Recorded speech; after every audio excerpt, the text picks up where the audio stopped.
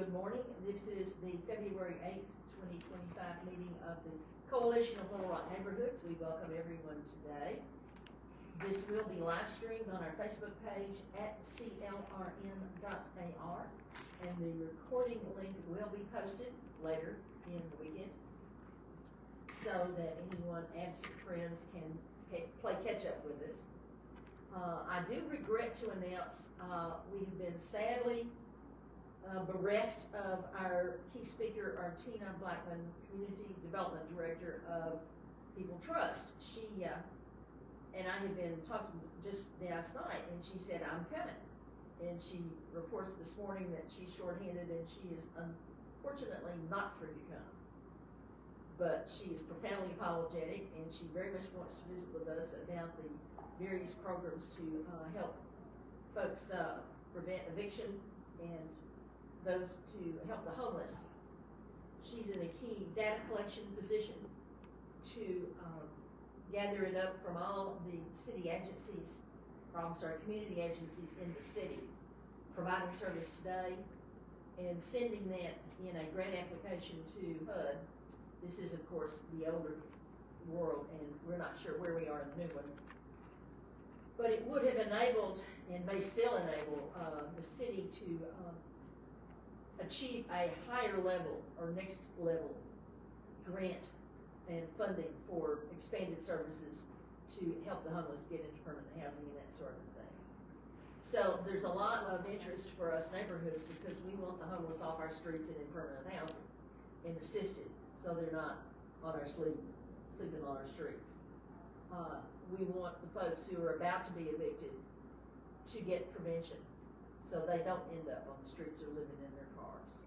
And she is a key figure in both activities. We have now said it that she will come at our next meeting, March the 8th. So please make a note, that's the expected speaker on next month's agenda. I've been sending you a stream of information about both city policies and state legislation that is of current concern to us. And I do hope that they will continue to discuss that today. But first, let us do our classic introductions.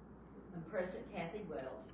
I'm also from the downtown area, Downtown Neighborhood Association, where I am vice president. And we go around the table and everybody introduces themselves and they say what ward they're in. So I'm in Ward 1. Ward 4, Marsh Jernigan. Ward 4, Jan Baker. Ward 1, Denise Leeson. Ward 1, Rip Weaver. I'm the secretary of the Downtown Association. Ward 1, Carol Miles, Arkansas Director for Paul USA. Oh, now that was not loud enough. I know that recording didn't get that one. Ward 1, Carol Miles, Arkansas Director for DePaul USA. Thank you. Ward 3, Don Vandiver, Heights Neighborhood Association President. Incoming president. I'm president now. Welcome, new president. Norman Hodges, immediate past president of the Heights Association and member of Little Rock Planning Commission. Very important figure for us. We value the insights that you provide for us about issues of our concern. We're in Ward 3 as well, lower down, near here. I'm faculty member at UALR, have been forever, it seems like. But I'm getting away from that more. And From the Forest Heights, Forest Hills neighborhood, Forest Hills neighborhood, which is surrounding us basically. that's a big area. Catholic school, so and I enjoy a lot of different things. I was just telling Norm that I had a lot of the pictures, paintings, I should say, old ones, come to me recently. I was just so anxious to get them, so I'm really into that now. I love finding paintings that go way back and get lucky sometimes from auctioneers. That's the only way I'm going to get. Well, we're skewed toward the historic and the ancient here, so Yeah. that goes back the direction of our flag. Well, I enjoy it, almost everything I do. I try to have have this assortment of things. Let me kick off with one of the stories that came through our hands a couple of days ago, and that was they put a bill in the legislature hopper that would allow the large utilities, the gas and electric utilities, to do an end run around the Public Service Commission scrutiny of a major investment and the rate return they would collect from their customers on same. I'm recommending that everybody send an opposition letter to that bill to your own state senator and representative, and consider how you might send it out in your home neighborhoods to do the same. We know that when they hear from their own constituents, they do respond. And that's one reason I'm not jumping in to say, let's send a coalition letter, is that won't register with most of those guys. Do you have bill numbers? I had it in the article, I didn't bring it with me. Okay, that's okay. It's in that story. Let me see if I can pull that up just right quick. I do have email on my phone. Let's see.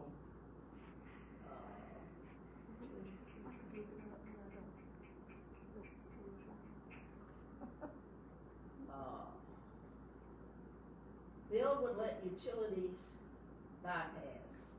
This was a Democrat article.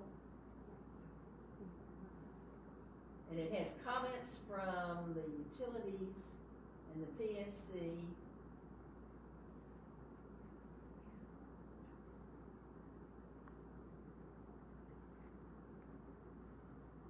A working team of 20 officials of the state and utility execs began developing this proposal in August. They let the PSC into this in November. They got a 50-page bill to review. It hasn't been introduced yet. That may be why we don't have a bill number. But they're revealing the work of the task force. In that case, you've all gotten this Democrat article. I would send that with a top statement that says we oppose this end run. Customers should benefit from the scrutiny of the PSC, as always, and see if that won't at least put yourself on record in a timely manner before they take it up. They call it reform, and they talk about not hindering recruiting new jobs in industry. I'm waiting for someone, I guess this is a personal policy issue, but I'll indulge myself for about 30 seconds. When all the brags about, we brought in new industry, welcome, sign in twice, have coffee and water, thank you for coming. There doesn't seem to be any discussion about the workforce that they're so proud to put on board. And there doesn't seem to be any looking ahead to the future of that workforce. In the same way that we know the corporation or the factory chief is hearing from his own accountant that we have made an investment of X dollars and we will depreciate it down to zero. We know about depreciation in our own lives. And we know that this happens in the business world. And that very frequently when the depreciation rate comes down to zero is when they announce, well, I'm going to close this factory here and go take bids on who else will lure me to them leaving you behind. And so it seems to me that there ought to be a companion fund that little by little, year by year, employee by employee, it even builds up some kind of retraining and interim funding for workers until they find their feet and they take up a new position. Also, that the government, which is to say in our case the city of Little Rock, maybe out of the port, takes over the building that they're leaving behind so that they don't just leave it to rot, so that there's a real vigorous recruitment to bring new activity to that structure. Sorry, that goes on too long. But I just get really tired of hearing about, oh, we're gonna bring new industry in, full stop. And what about when industry leaves, and what about the workforce we have assembled and trained? And I don't hear anybody addressing that issue. So, let us welcome you, tell us your name and what your ward is. Pam Powell, Ward 6. We're so glad you're here. Thank you. We've been introducing ourselves around the table.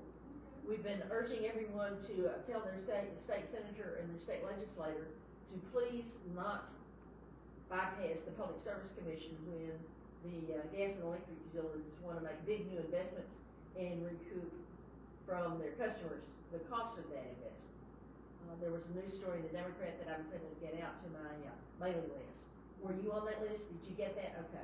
We don't have a bill number yet, so you could just copy this to your rep and your senator and say, don't let them do the end run. Okay. So that's kind of the first thing that I wanted to bring to everybody's attention. I regret that Ms. Blackman had to cancel this morning at the last minute. She's gonna come next month instead. But the work that she's doing with homeless and eviction prevention left her shorthanded and overwhelmed. And we know that there's a lot of different things going on in that world right now. So by next month, she'll know even more than she might know today. So we're just going around the table and bringing issues to the table and asking people how they might solve their problems. Who wants to bring an issue to us? Anybody got a thing that they're working on?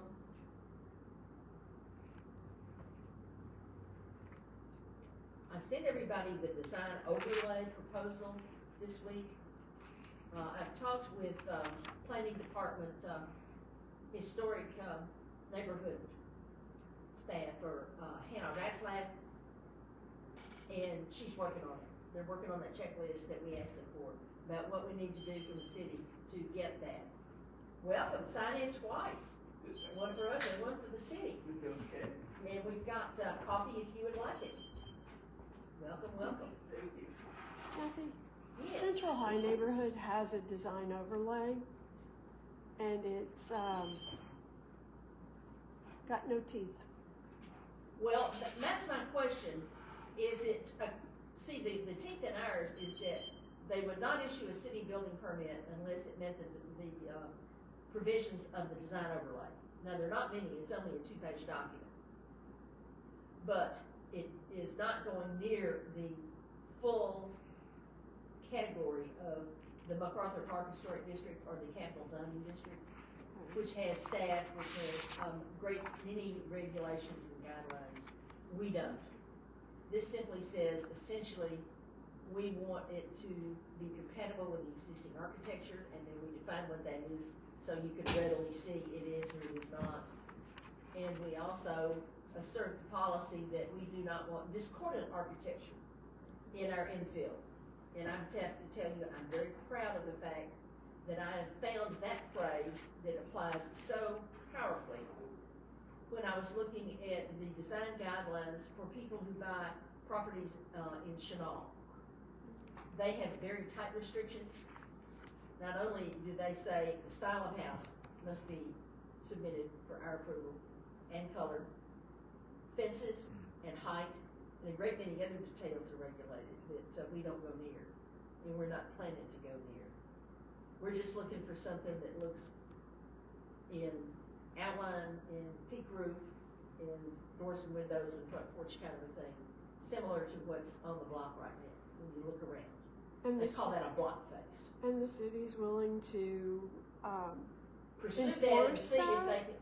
Well, so far they haven't told me no. They're willing to see what they can do. So if you've got a design overlay right now, maybe what you need to do is seek an amendment to your existing one that simply says, and this will be required before a city building permit is issued. And it's up to them to match it. How many details have you got in your permit? Or, I'm sorry, your overlay? How detailed is it, I guess? I don't remember, because it's Been sitting there a long very time. much, yes, it's years old, and it's very much a guide.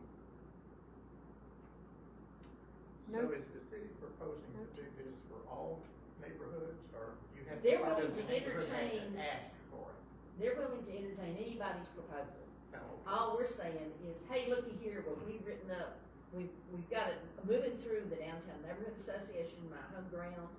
We're gonna do, the issue of it, a 30-day comment period. We're gonna do a Zoom meeting in the middle of this, which will be the night of February the 19th, which people then could weigh in who've not been connected so far.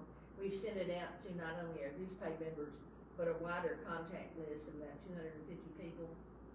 And we're gonna get it up on our Facebook page, which has, for some reason, we've never understood, 9,000. So, there's obviously a thing going on there we do not understand, and we certainly don't think they all live in our area. But that gets you started, and then we would discuss it in our March meeting, and by then the city will have guidelines for us about what they require. Since we're not trying to do the kind of detailed permits of a capital zoning district or a MacArthur Park district, we're not trying to set up staff in special review. We're simply tying it to, they review a proposed building permit and see if it ticks the boxes for our particular appearance. And if it does, then they issue a building permit.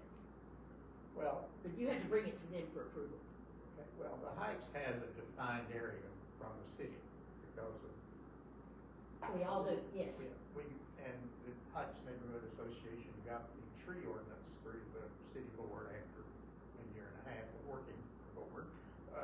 So that if you cut down trees and you don't have any on your lot, you have to put in trees to hopefully grow and match. A landscape rule, A yeah. landscape rule.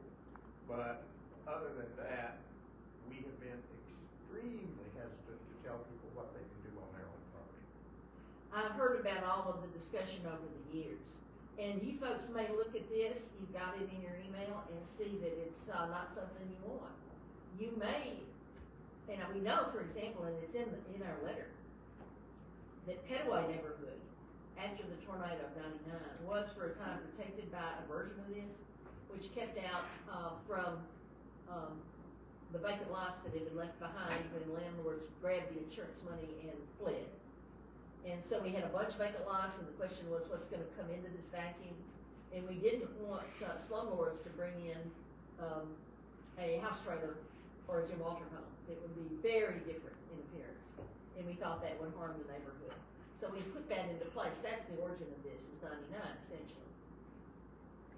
And as they got reorganized and got new leadership in the aftermath of the tornado, as you can see today, they didn't want traditional matching compatibly to the existing structures. They were very interested in new and eclectic designs. And so they said, we don't want this anymore. And we said, fine, we're not gonna fight. We're never gonna fight. Opt out. And we specifically said today that Petaway has opted out. So, I'm guessing Hanger Hill, again, is doing eclectic modern design, will not choose to ask for this. But I'm not surprised to hear that Central High very much would like to do something like this with teeth. So take a look at what you've got. No, I didn't suggest that.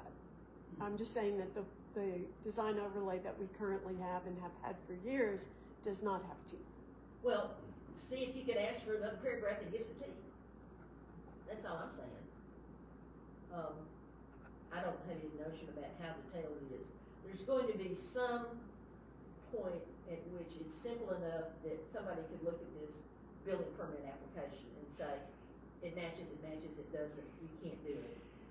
And somebody who's got to wade through a great deal of material, at which point they're gonna say, that's too complicated.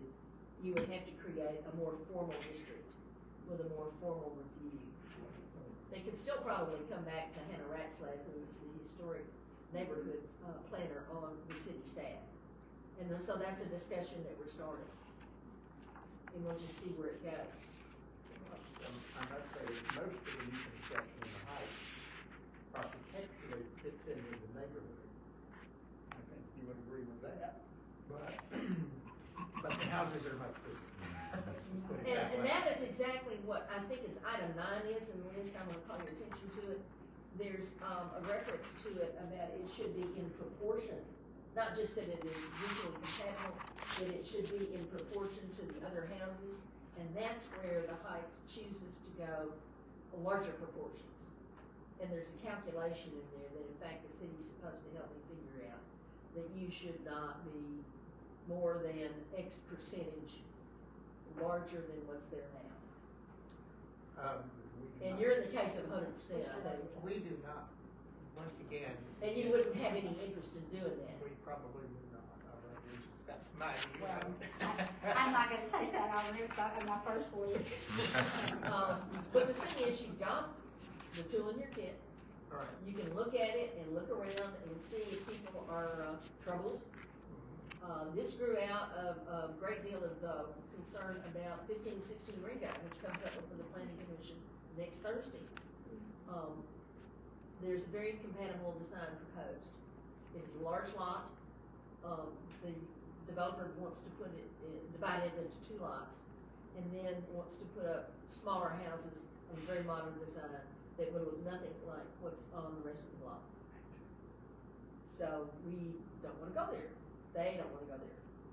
And that's prompted the, well, you know, we have this thing, let's pull it back up out of the attic and see if we can't, foster a little bit of, protection around and about. But it's strictly on your own choice to propose it inside your own neighborhood boundaries. You control and you decide. The design that we saw at the December meeting Yes, was denied because there were 2 houses that were the shotgun style. yes. I have not seen what they have proposed and that we will be looking at on Thursday. Well, the email's out. Have you seen the, I got it, I don't. you just haven't opened the doc. I appreciate Because that. because we're essentially going to be there the entire night, because we couldn't meet in January. That's right, you're 2 So for our 1. agenda is enormous. Well, at least you have a cushy chair. Rejoice. Well, I do have a cushion chair there, so, but, But- oh, I will update you on one thing, we were Yes, sir. talking when we were last here, that a lot in the Heights, 50 by 140 feet, went for $600,000. We have a new record, that same lot is now on the market cleared for $995,000. Heights in name and heights in finance.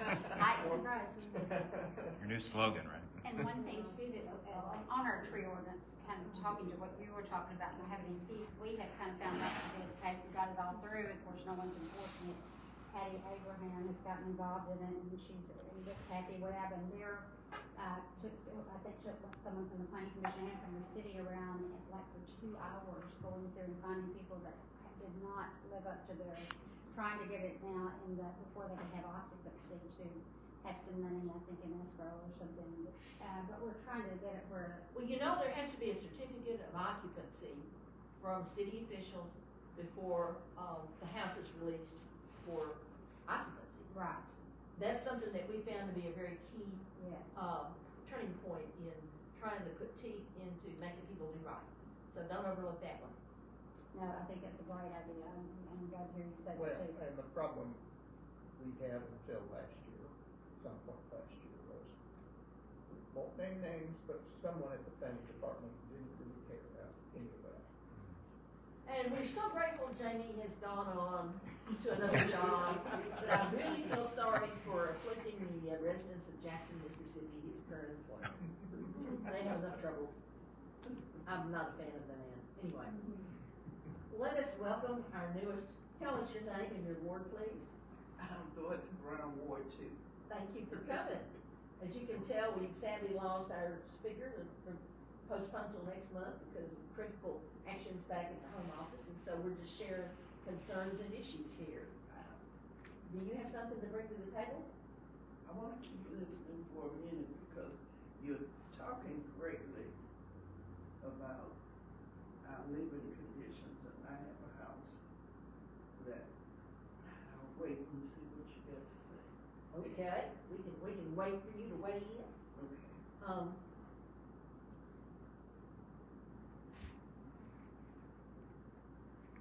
May I tell you, cause I had this thought about planning commission, do you get involved in issues that you want to have part of that? You mean the become a sponsor of a policy? No, well, whatever, it needs to be, planning commission, a lot of people don't know what all the power they have, and they get with their buddies and all this other stuff, I was a planning commission for a long time. And, have to be, a lot of people do not wanna go to the planning commission because they don't think they really need to, well, you really do, I mean, if you got information that you want added into whatever it is that you wish it to be, you need to be there. You know, it doesn't matter who it is or what part of the town or whatever there is. They can bring, you know, quietly with their friends on one side and then throw it in real quickly, and next thing you know, the people who are the board of directors either could care or couldn't care. You have to be really cautious of that, because it's all over town, it's not just in one place. Well, I will say that early, years ago, the Pike Association did go before the planning commission for various things, and we usually won. I don't know whether that taught people that we would fight or not, but it's been 7 or 8 years since I went to the planning commission on behalf of the board, so. No, that's going through channels. It's usually a 3-year, and then they can skip and they come for another 3 years, however it works now. I haven't been there a long time. But, everyone seemed to care at that time, about everyone with an interest, whether good or bad. And, I wish that I could go there more frequently, just to get some of that grease cleaned up. And, but it's things like that most people, because they're not involved with it, don't know. Well, that's what we try and do with our bulletins and our newsletters, is to alert people that there is this time and place to assert your concerns. There's this deadline at which you make yourself put on a record. And I will say that a good thing in the current city hall operation is that there is an appearance of interest to hear from everyone without the kind of dismissive or denigrating remarks that once upon were a sad feature of the powerful commissions of the city. It was rather more openly taking care of influential friends. It's not today. Now, what goes on under the surface, you can certainly debate and argue, but you do have a chance on the record, in public, and these are all recorded meetings. They're on YouTube at the time they occur. You can view the recording later to see what is going on, and that does have a beneficial effect to behavior and comments. And there's nothing wrong with talking to every single commissioner privately. And you've got to remember to do that in advance, and that pays off. There's a discussion being had, where that someone wants a slaughterhouse. In North Little Rock. In North Little Rock, but also here, what's the name of it, it's a restaurant. David's They Burgers. slaughtered their slaughtered beef off of North Little Rock at Arcala. And they have persuaded the mayor that it won't happen. That was on the news last night at 10 o'clock. But what amazed me was that their zoning wouldn't have allowed that in the first place. And that goes back to something that I'll bet you is 50 years, if not 100 years old, in the zoning of the city of Little Rock. That's where these things come from. Because one of the classics in arguing for zoning is you toss off the remark, you need zoning to protect your property and your home and your neighborhood so you don't get a slaughterhouse across the street. And all of a sudden, what's on the news, they're talking about a slaughterhouse across the street from these families. And it's all clearly zoned for that. It's clearly, when you look at the picture, a street that has industrial, factory, prefab metal buildings on one side of the street and homes on the other. who are understandably going to be small and low value and only occupied by low income people, because that's where they would have been building them in the first place some decades ago. It's next to factories and warehouses and so forth. It's a warehouse district essentially. That's why Houston looks like it does. Houston is proud it has no zoning. That's right. They've never And that's had what they get. Yes. They don't seem to understand how tacky it is. I'm very sad about Houston for that. When I was doing my doctorate and minoring in urban planning, that was the stop. Poster child. of not the correct thing to be doing. So- Well, I'm a Monticello girl from Drew County in South Arkansas, and we were proud in the officialdom that we did not have zoning. And so the main thoroughfare through town, north and south, sure enough, you would have somebody take out a big old home from a century ago, and they'd put in Mad Butcher grocery store. And like 2 doors down would be the Methodist Church, a venerable 11th century property. And across the street would be some private home. And I think we may have finally seen enough of that they're doing a little bit of it, but not jumping into that pool, let me tell you. But it taught me that there was a great value to it. And right now, by the way, switching over to just 60-second remark, the folks out in the county, in the unincorporated areas, have been weighing up in public comments on a proposed land use plan for the unincorporated part of the county, outside of all our city. Now, when you look at our 15 JPs, 8 of them are within city limits of somebody. So they're urban dwellers. So they all live under zoning today.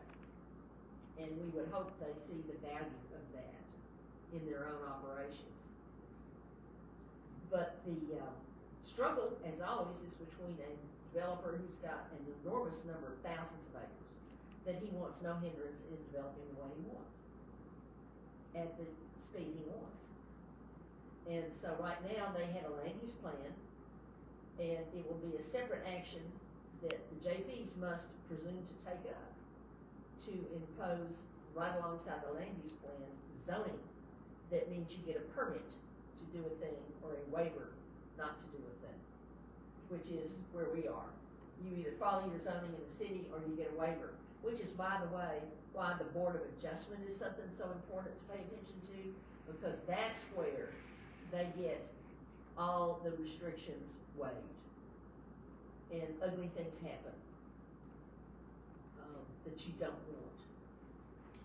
Yes. Just We have one of those keep going track on of in that. the Heights right now. Well, the Chick-fil-A on Broadway, Highway 70, is a good example of that. That was a standard corporate franchise design, and they can went in into the city and said, we're gonna put a brand new Chick-fil-A where this old McDonald's came out, 7th and Broadway. Aren't you lucky we're gonna do that for you? And they said, basically, gal's a boss. And there were like 5 things that they waived.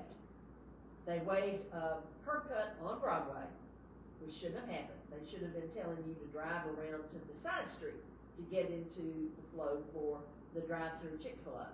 So they got the curb cut, and they got several other features following along, because that's an urban design that's not supposed to be elevating the car and elevating off the curb, off the sidewalk construction, and so forth and so on. If we wanted to keep to the older downtown neighborhood storefronts up and down the streets that come right out to the sidewalk, and we do, and that's a zoning that we have, then you don't give them a waiver because they're Chick-fil-A. I mean, we've got national, global pictures about McDonald's on a red square in Russia, but it ain't the standard drive-through McDonald's. They adjusted to fit their surroundings. And we're just not insisting on that. And you've got to be paying attention to the notices that come to your neighborhood association mail, because you are registered with the city, and you've got to pay attention to the deadlines by which you comment on this stuff. And if you don't understand what you're looking at, you go call somebody, go back and call the planning staff and say, explain this to me. that, they're pleased to do that, they're always pleased to educate the public. And so you don't need to be left out unless you just aren't gonna take the time or can't take the time. And that's where we value coming together once a month, so people who've got experience can share that with you and become a resource where you're taking it up. And that's what I very much hope that we end up doing today, is doing that, because, one of the things that I sent out to everyone, I guess it's a month back now, was I was grateful to Assessor Janet Ward. She gave me what I asked for. It's a spreadsheet that's got 9,000 plus vacant lots in the city limit of Little Rock. And it's both commercial lots and residential lots. I asked for just residential, but she just gave me the whole thing. But you can, of course, with someone who can handle Excel, pull them out, because they're identified. And when Mary Hinthorn, our wonderful tech lady, who's sadly absent today, did that for me, we ended up with 7,700 vacant residential lots to be built upon again, infill development in the city of Little Rock. That is a very large city that has already gotten water and sewer and electricity and gas lines and fiber optics and street lights and all of those things.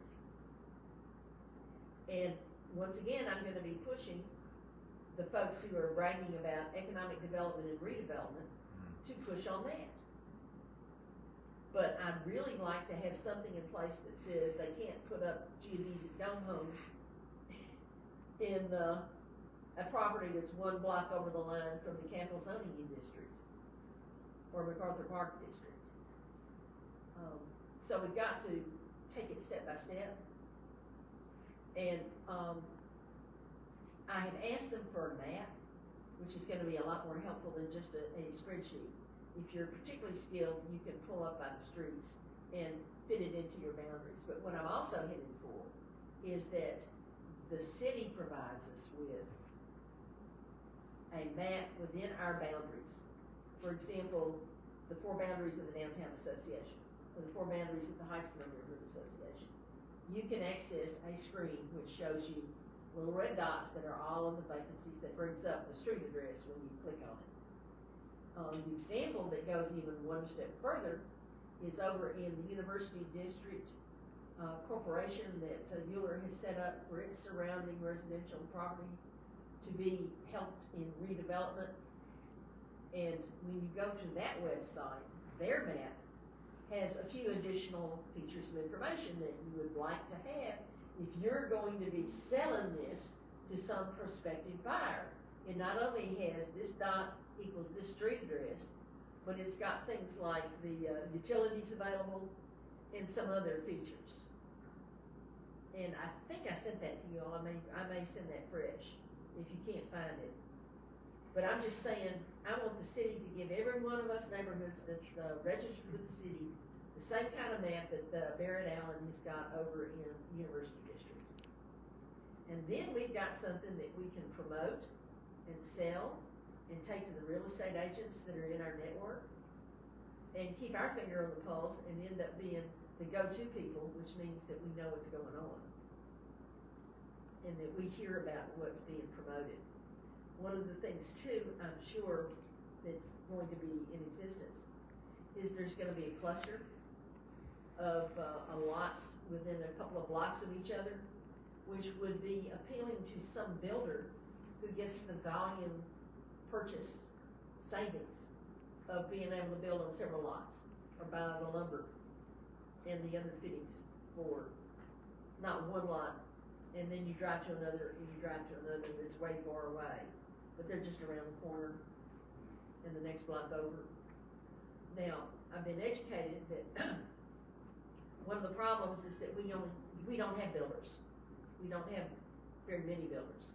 And they're only going to be investing their own ability to raise capital to build one or two houses at a time. So we've got a lot of things to address and to overcome for this grandiose vision of 7,700 lots of infill to be rebuilt and built fresh before we can get there. And at this point, I'm not even trying to distinguish between affordable housing and market rate. But there would be some of that, at issue. And there's gonna be a fair number in our older neighborhoods of old two-story grocery brick buildings that once existed once upon a time, and are now a real candidate to be brought back to life with ground floor retail of some kind and residential quarters upstairs. Mixed use as well as mixed income. And if you have a large enough lot that people are gonna put up, like say, ooh, an eightplex, we got lots of eightplexes around and about when you start paying attention to them. That's a big enough number, you can start talking about, well, we will give you some incentives for 6 market rate and 2 affordable apartments. There's a famous, experiment in Montgomery County, Maryland, that's now been running for a good generation, where they did that sort of a thing. It was right in the suburbs of Washington, D.C., so of course there was always great demand for housing. So they were just trying to be fair that the rich folks didn't shove out the poor folks, to put it crudely. And it's worked. And they continue it to this day. So you can go online to Montgomery County, Maryland, to their housing categories and read what they have to say about it. Plus, look at some of the news articles that have been printed as a result of the people saying, we've now run this for several years and this is what we found.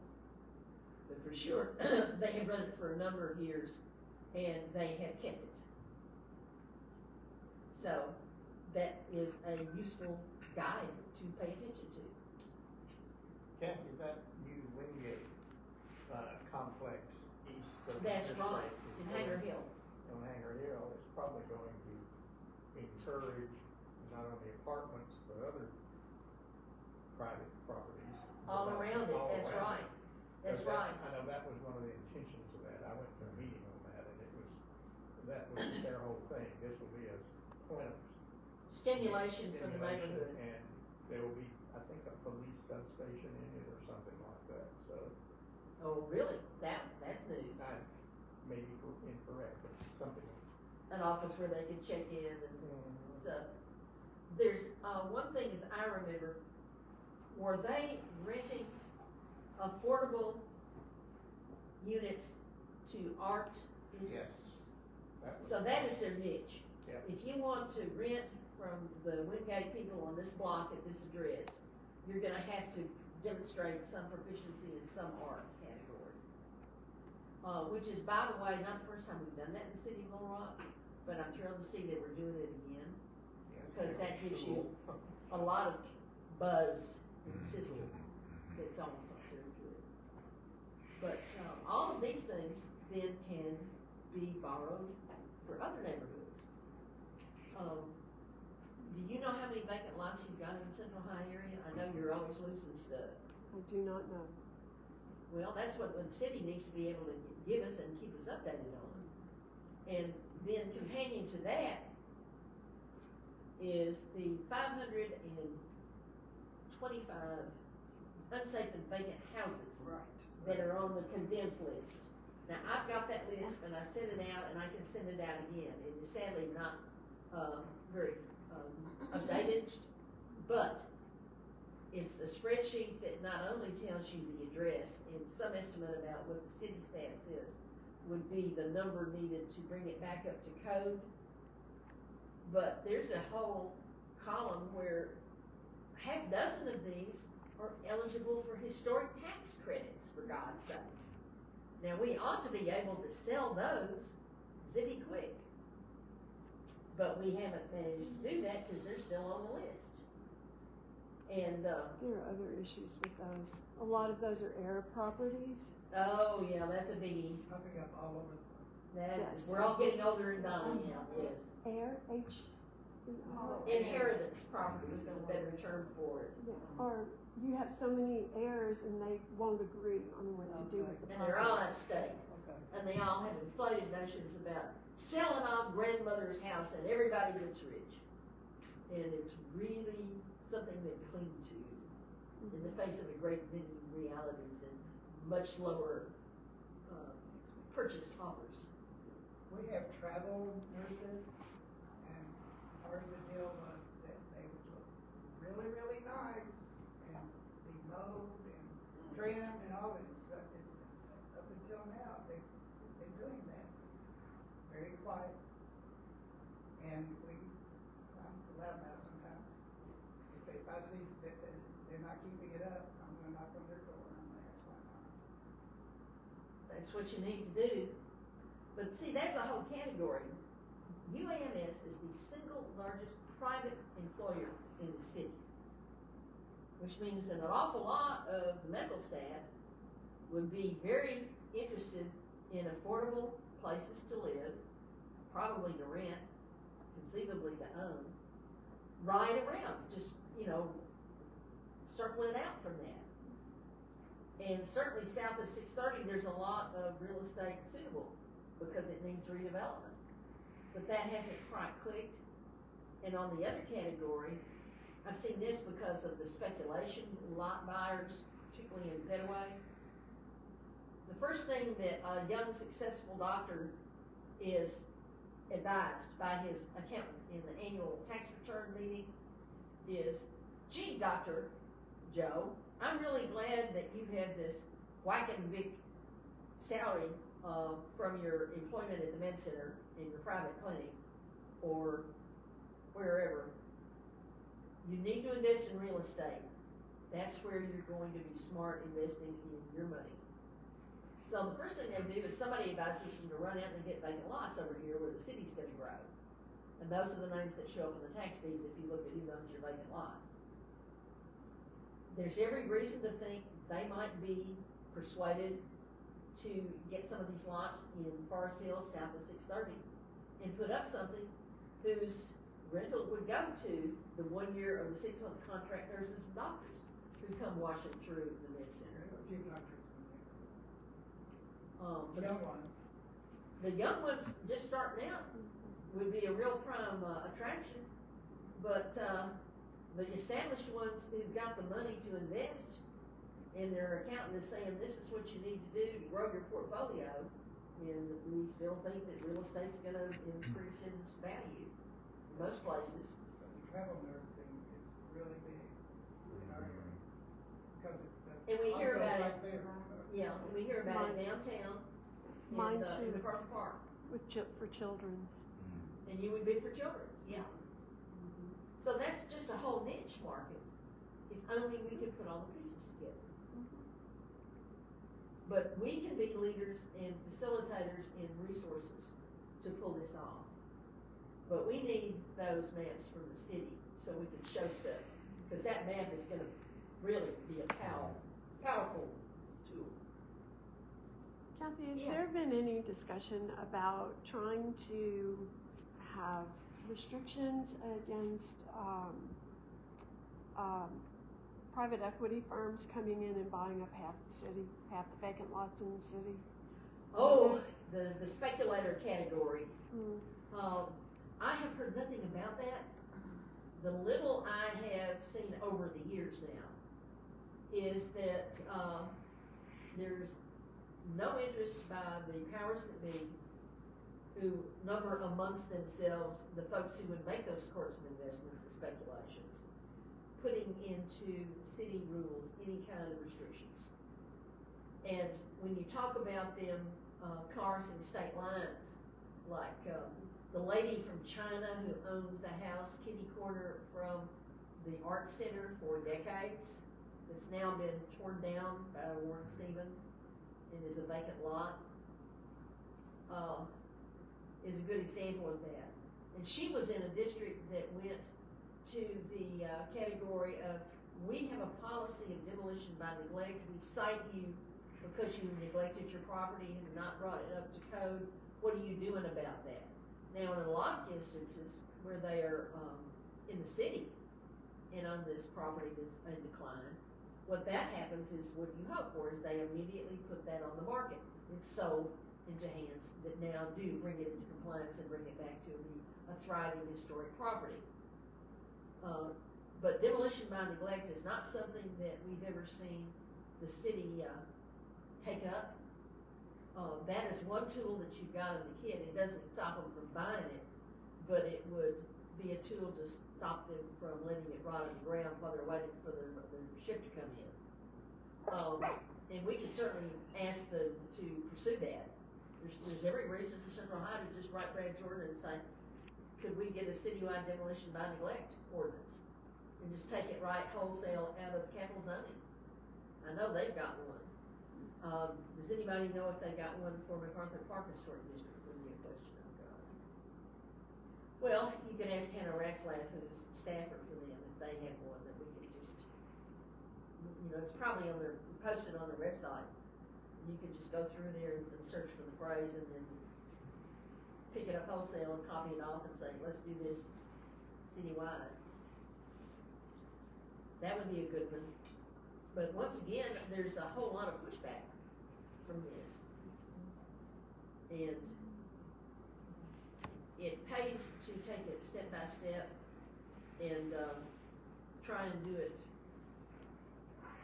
without the major rulers that be in the community waking up to the fact that we're doing something that would benefit our neighbors on 7,700 lots, which they're going to view as their tool in which to make a new fortune.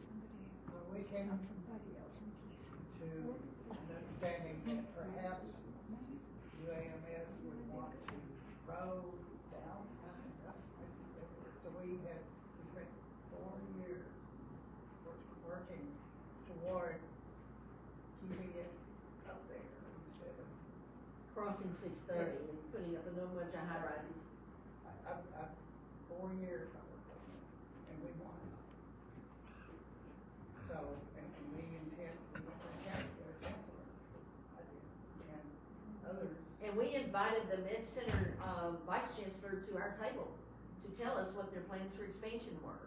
They're not good, real quiet. And they were honest about the fact that they were looking at this, and we said we don't want it to do it. I think they may have realized they need to keep these residential properties for their future staff. Well, then when we got to look at what we collected in that time frame, 4 years, I had them slick, it front back, every newspaper you could, every one you could even imagine was connected to UAMS. The chancellor called me in and said, or the secretary, said, we will tell you now, you don't have anything to worry about. Oh, and they, who's our former,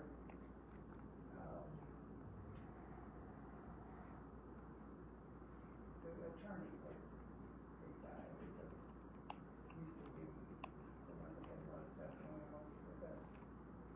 It went over my head, it's been a few years. But I do have that, if anybody wants to look at it, that full scope, the activity,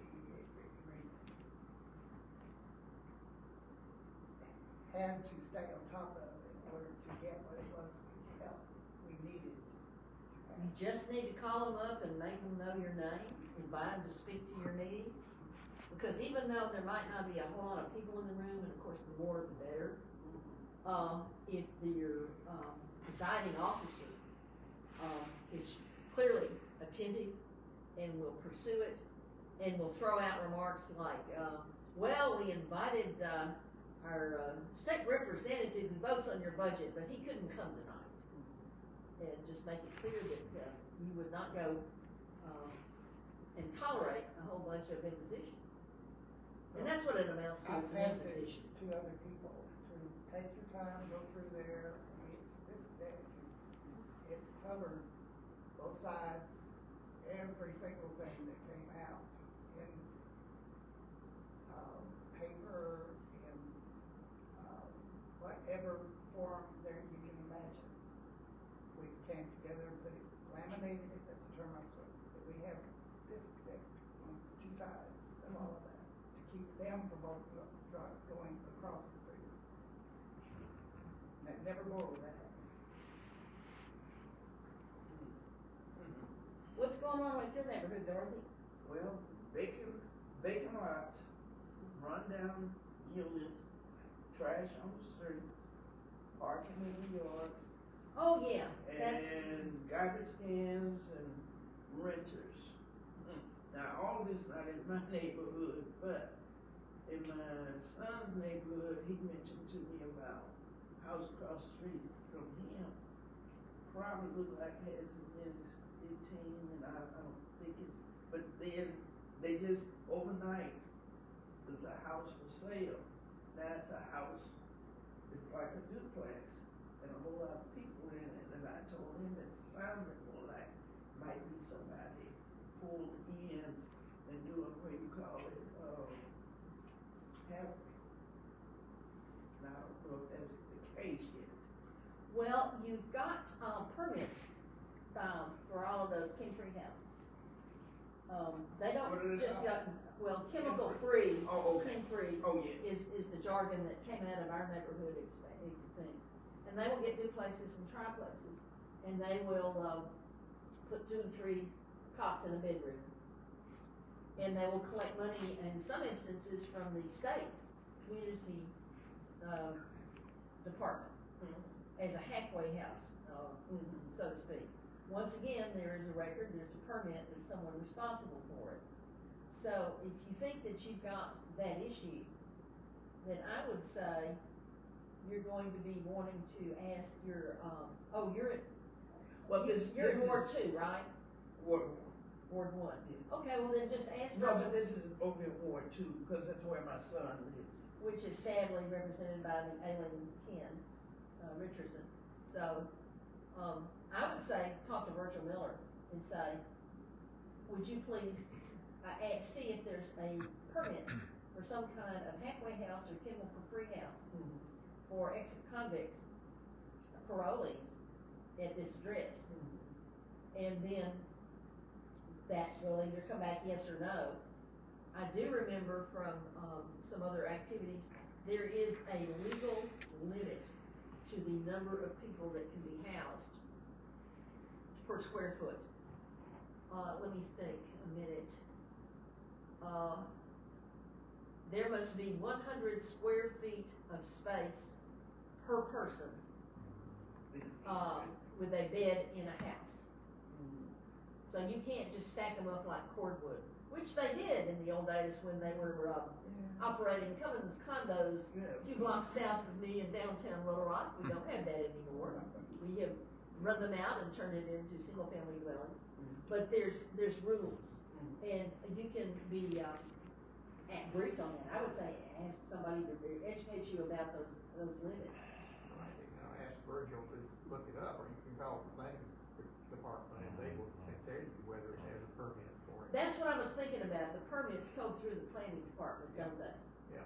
So if you've got an address, then you can, do you have the address for Brad Jordan? He's the planning director. It's bjordan@littlerock.gov. And email him and say, please tell me if there's any permit for halfway house at address X. Well, and the reason the planning commission and the city's gotten involved with that, I think I mentioned earlier in the meeting, but the state 2 years ago determined it would no longer be involved in regulating the housing situation. Oh, the Are you bums! serious? I am serious. They're casting them out onto the city streets. Well, and but making their but way. But the state didn't manage to tell anybody that. The city found that out on its own, that when they were having an issue with this, they called and the state said, oh, well, we don't regulate that anymore. And so that's why the city has had to start doing it. And that's, group homes are some of our more interesting. Yeah, our governor wants to put, on fields where they have cows and all this stuff, like a 900 number of people in prisons. I'm sorry, what are you saying? Franklin County. Yeah, Oh, Franklin the County. new prison up where. Oh, the Franklin County thing? Yeah, so, but, well, that would still be state regulated, though. Well, that's in-house. This is the parolee on the back end of the community Yeah, thing. I'm not sure about parolees, but I know for group homes, for health, for disability, Well, in for the category for- of, crime, whatever. chemical free, which is another, call it category in operation, that is not so closely tied to the state necessarily, but they get some money from these, variety of programs to assist with people's, treatment for addictions. And what has regularly occurred over the decades in the downtown neighborhood is you have these large houses that are very attractive and very low priced because they're kind of dilapidated. And some individual entrepreneur or some preacher who's well-intentioned gets the house for money they can afford. They get some contracts that pay for the people to sit in their beds. And they're supposed to be operating programs for rehabilitation and to help them build a new life, and they fail. Or in a few ugly cases, this was all a front by some drug dealer to get a captive audience of people he can sell his drugs to and out of the halfway house. And it turns out to be, these behave badly toward their neighbors very quickly. So the police get involved very quickly and they raid it and they shut them down. And so we've gotten a pretty good record of not letting that go on or go on for very long. But it's something to pay attention to is how their folks, if they're sitting out on the front porch all day, laughing and smoking and drinking, they're not getting a job and they're not going to any kind of programs or meetings. And so that's suspicious. Yeah. Well, and the Whole bunch planning, of cars. the planning office and the commission are hampered in some ways by federal statutes. The fair housing thing. Fair housing, disability. We cannot, if there's a requested permit for a group home, depending on certain circumstances, if it's 4 or fewer, we must allow it. Have no choice. It has Yeah, to. they're counterbalancing the NIMBY Yeah. issues. The other one is, there's, again, depending on, up to 8. If there's 8 or fewer people, they have to be approved. No ifs, ands, or buts, they must be approved. Yeah, NIMBY's, I'm sure, part of that, what the federal statute says, at least at the moment. Yeah. Yeah. Well, they had state laws about that. I remember these discussions with City Attorney Tom Carpenter advising folks about that. But that doesn't mean that the violators who are breaking the rules need to be tolerated.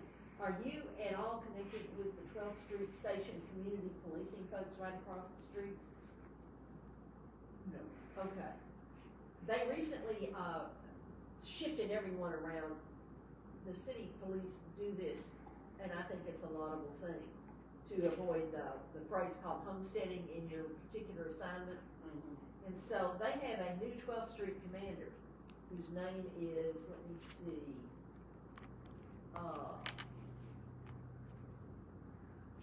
Major Cody Miller. Cody Miller. CodyMiller.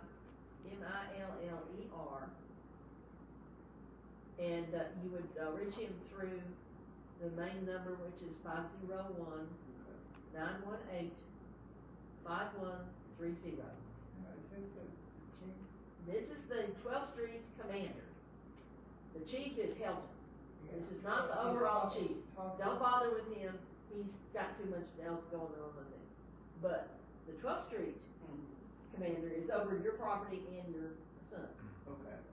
If it's Eastern University, let me put it that way. He's right here on Elm Street. There you go. So this is in his backyard, so it is his responsibility to suppress the bad guys and to protect the good guys. So that's 918-5130, Major Cody Miller. Okay. And let's see, there is a community policing patrol that is also operating out of this building across the street. I haven't apparently caught up with their current name, but you just ask him about that, give him the address, ask for extra patrol, which is easy for him to give, and then asked to be, introduced to the community policing staff that would, continue monitoring this address because it's a nuisance to the neighborhood.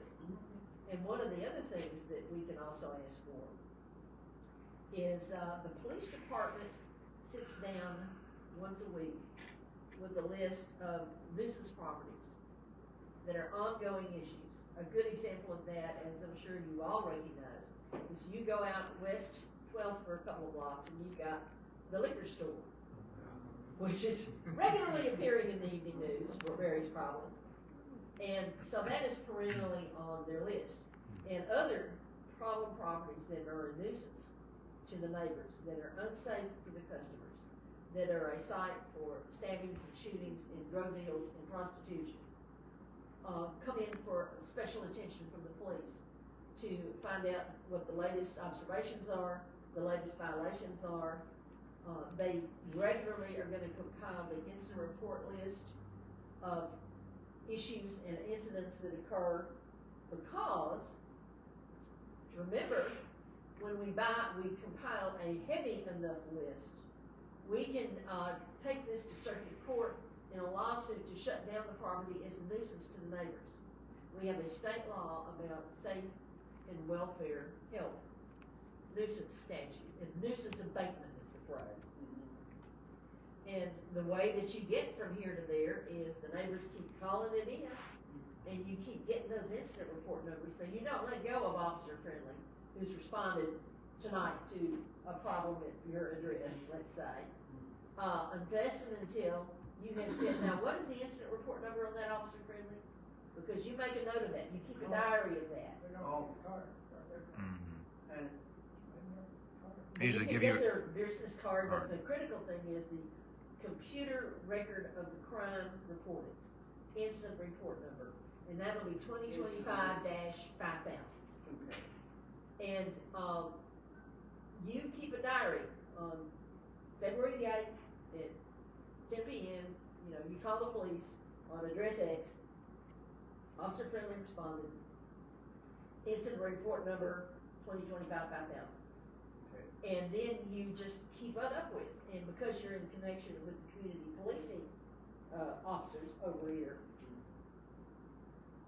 you keep asking them about this and what other incidents are recorded in connection with that address, and whether this is now a topic of concern in the weekly nuisance abatement meetings of the police department. Okay. And you just keep on calling them, and you go to the quarterly meetings, and you say, where is the report on 500 Market, or whatever your street address is? And you just keep on calling. I guarantee you, the calls are attended to at the police department, because that's what senior management is paid to take into account. Is, I'm getting X calls, I'm getting repeated calls, I'm getting a high volume of calls about 500 Market problems. And then it's their job fixing. Nuisance abatement cases, Yes, what court are those heard in? circuit court. Not environmental court? Oh, no, this is a state statute. Okay, okay. And, in several instances where they were, there's a block of downtown parking that once was a block of downtown apartments at, Center and 7th and 6th. Mhm. And, it was horrific, badly managed, and a den of vice and iniquity, as the old phrase goes. And so they took it to court, and the judge ruled that it was a nuisance, and he shut them down. And that's what they can do. They have the power under the statute, which is state law, to tell them to padlock the door. You can't do that anymore. Whatever you're operating, you can't do it anymore. So that's kind of the place you're headed. Yeah. And so you just build your evidence from here to there. And there may be other resolutions along the way. But if the police have their eye on it, then they're in a position to notice suspicious numbers of 5-minute visitors who carry something in their hand and carry something back out in their hand. Yeah. And bicycles. And stuff and Drop stuff and off stuff, and- yeah. to the extent that you're safe doing it, emphasize safe doing it. Use the cell phone photograph ability to get license numbers on all those cars. If you've got a lot of cars coming and going, if you can peek around whatever, then you just find the officer who's going to be the recipient of all your photographs, along with the message that gives the caption. You know, this car spent 5 minutes at this address on February the 8th at 10 p.m. Whatever. If you wanted to go to this, you can get messages and send it to particular, officers. It's easy to find, everybody show it to you. That would the way I'm gonna do it right now, but. There's a lot of tools in the modern technology Right. that we can make use of. But see, taking pictures of, I mean, you got to really, Well, That's a street. well, you gotta be really Yes. Very, careful. very careful, I wouldn't do that. My little old cell phone has got the ability to change the focus. I can take a picture of everybody in the room and then I can focus right on your face. You know, there's some adjustments that you can make. Oh, and that reminds me, when night falls tonight, go check out whether there is good street lighting. And if there is like a mid-block light that might be out, use the Little Rock 311 application on your phone to report that the street light is out. Because we want them to have good, strong lighting on everything they do. And that's, you know, nothing to do with indirect. They're never gonna be tripping over you doing that. But then it means that if you ever have somebody who maybe fires up an even better telescope lens from the house across the street or down the block two doors, they have good lighting at night for that too. So, all of these things can be carefully approached and managed. We have to ask, at least in our area, we have to ask utility people to take that and do whatever they need to do for this lighting. If we can't get. Well, see, that's what the modern, I reported one just a couple of weeks ago, and they're very clear about the fact that this goes to energy. And what's more, I'm still almost in shock, and I got an answer back within 2 days of me reporting that the mid-block light over my garage was out. And I was smart enough to go over to the pole. They all have identifying numbers. You know, the little metal letters that you nail through the wood. Well, I got a picture of that, so I submitted the picture along with my address. And they also have, this was very helpful. You can report that your street light is out, or you can report the light comes on and off, which is exactly what was going on with this one. It was driving us crazy. well, that Because it was off, and then it was on, and it was off, and I was gonna have to figure out a way to write that in my notes, but that was just one of the button selections. And they have told me that I can expect that this block light will be replaced on date certain. I need that. So, we've got that one, muchly improved over what it used to be. In case you have not reported the street light out while you're driving around the city after dark, please feel encouraged to do that. Don't report it while you drive, though. That's Well, It might you cause can other follow the issues. curb right under it and, you know, go clickety, Yeah. yeah. We don't have street lights in my neighborhood. But the mid-block lights turn out to be really helpful. So I can recommend that. Is there anything else that people want to be bringing to our concerns?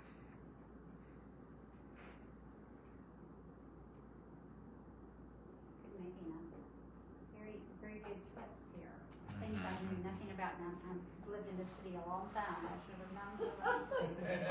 Do you have the Little Rock 311 application on your cell phone? I do not. Go or load that and then just see, because it's a really useful thing for a neighborhood president to have. Not only can you do this thing about the streetlights, which, you know, easy peasy, Yeah. but there's a menu of selections, missed recycling pickup, missed garbage pickup, which are also perennial sore points. Yeah.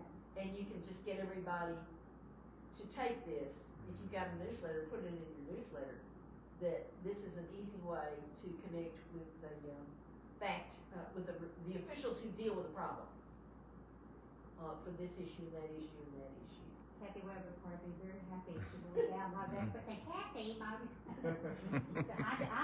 Yeah, lighten your load a little bit. Well, I mean, all over the city, we should be looking, when you're driving and find these street lights, not, even it's not in our area, because I notice it downtown so much, and how dark it is, I'll be walking going, my goodness, this is.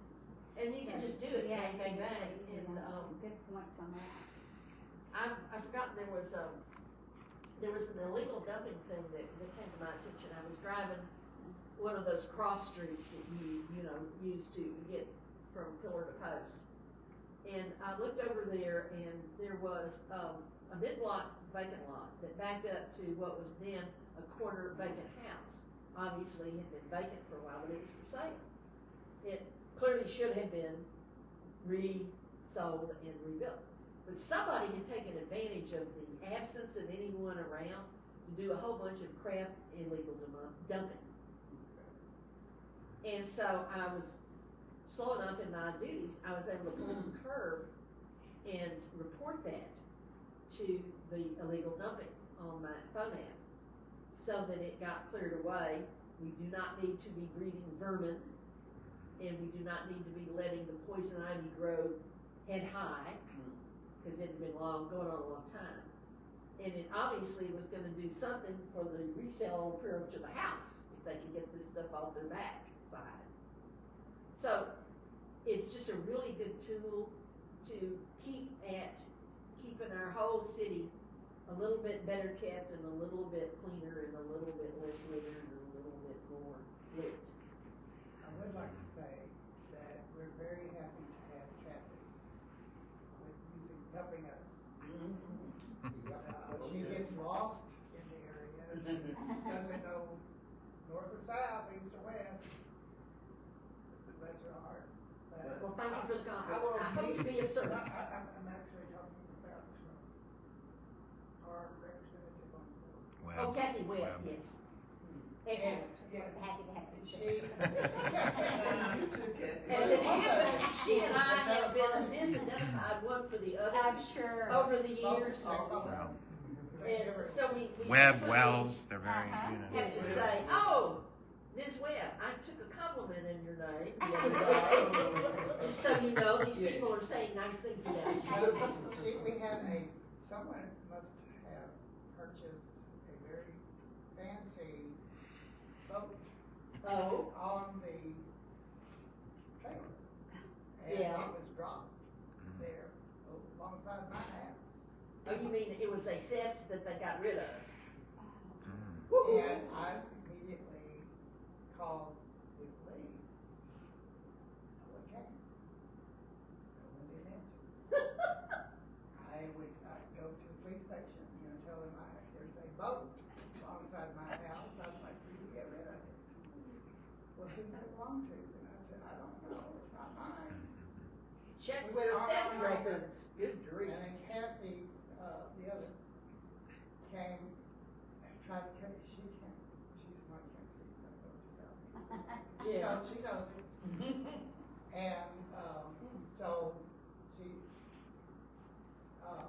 came through, brought a police officer with her. That's what happened. To have a police officer to take her to where the boat is, because she knows where the boat was. Right next to my house. Had a nice boat with a motor and everything, except the hookup was not good. I sat there for a long time. And so I finally called Kathy. I said, Kathy, I've got a question and I'm pleading with you to help me with this. I know that you have difficulty finding my house when you come to visit. So what I would like to do is to come and get you, if you're willing. Or we can have a police officer, I could identify a police officer, to go with you to where the boat is. 52 Stone. So Kathy called the police officer. He came with the police officer to the boat next to my house, and it was gone. They had license on it and everything, they couldn't trace it back. Well, they could put it in the tow, place, and then they could sell it off in that auction they had. The placard they have on there did not match up to a load. Oh. Jolly gee, the thieves did a Oh, switcheroo. That's the way to do it. And Well, they could sell it at auction when they have all I this told her, I stuff. said, I don't know, maybe Vehicle you'd yard. like to go. I could have wrote that it should be me. Get one pickup chief out there, so pay attention to the auctions. Oh, it took, from the time I connected with Kathy, and she got with the police, about 6 weeks. Dang. And that was after she was pushing. She put it along. 6 weeks. Yeah, they, Something that don't belong to you on your property. It's what it was on the street, next to my house. Right, but still. So, tell me why thieves didn't steal it again in your neighborhood. Yeah, that's what I'm I'm thinking. sorry. Why They don't need to run your damn There neighborhood the down, but next You're a morning. safe neighbor. oh, I guess your neighbors just aren't into boating on Lake Monroe, right? I guess they, I don't know. I don't know. I really That's don't know, funny. But it sat there for a long time. I just pulled up the list of what you can report under 311. They have expanded the list. In addition to the solid waste issues that I was telling you about, you can ask for the appliance pickup, the bulky items pickup, Mhm. as well as trash, as well as recycling And Lawn. and yard waste is one. Then you go to street maintenance. If you have a heavy rain like we're expecting next week, and all of a sudden one of those Gutters. curb inlets Mhm. is flooding the intersection, it's blocked, you've got a way to report that. You can call for ditch maintenance, we know we have ditches that are big. You can just report a hazard, an object in the street or the alley. So that's if you had to dodge something without getting run over. Litter along the city streets, pothole repair, oh, I bet you they Oh run that my one. a gosh, lot. I bet that one's like. Yeah. Street sign names. In fact, there's one I noticed the other day where somebody had knocked over the street sign. Traffic signs, repair and replace. The street light is out, here we go. Then you can go to animal issues, animal abuse, a barking dog, deceased animal in the street, stray animal running, code violations, of course, we're all concerned about that. Yep. Abandoned vehicle, high grass, housing code violations, parking in the yard, rental inspections needed, trash in the premises, zoning violations in commercial buildings, broken park equipment, trail maintenance, trash in the park, tree limbs and trees down in the parks, request a homeless response. And finally, if you haven't found your issue on this list, call 311. Now, is this the app for 311? This is the 311 app, I just ran over their whole list. So If you want to just report, Go to your, go to new report, but you got to download the app. you got Yes. Little Rock spelled out, Mhm. 311 will be the app in your supply setup. Okay, I'll do it. And it's a really valuable tool because you can respond instantly. Or if you're feeling a phone call from someone in your neighborhood, you can respond pretty instantly and say, well, this is how we can get it told directly to the people. And the other nice thing about this is, for example, when I reported that street light missing, let's see, where we go. I have a record that was submitted by me on this pole, and it was sent to Energy, and it's got that famous tracking number. So if Energy doesn't fix the pole by the date, they have emailed me separately to do that, I can call them back and say, well, what about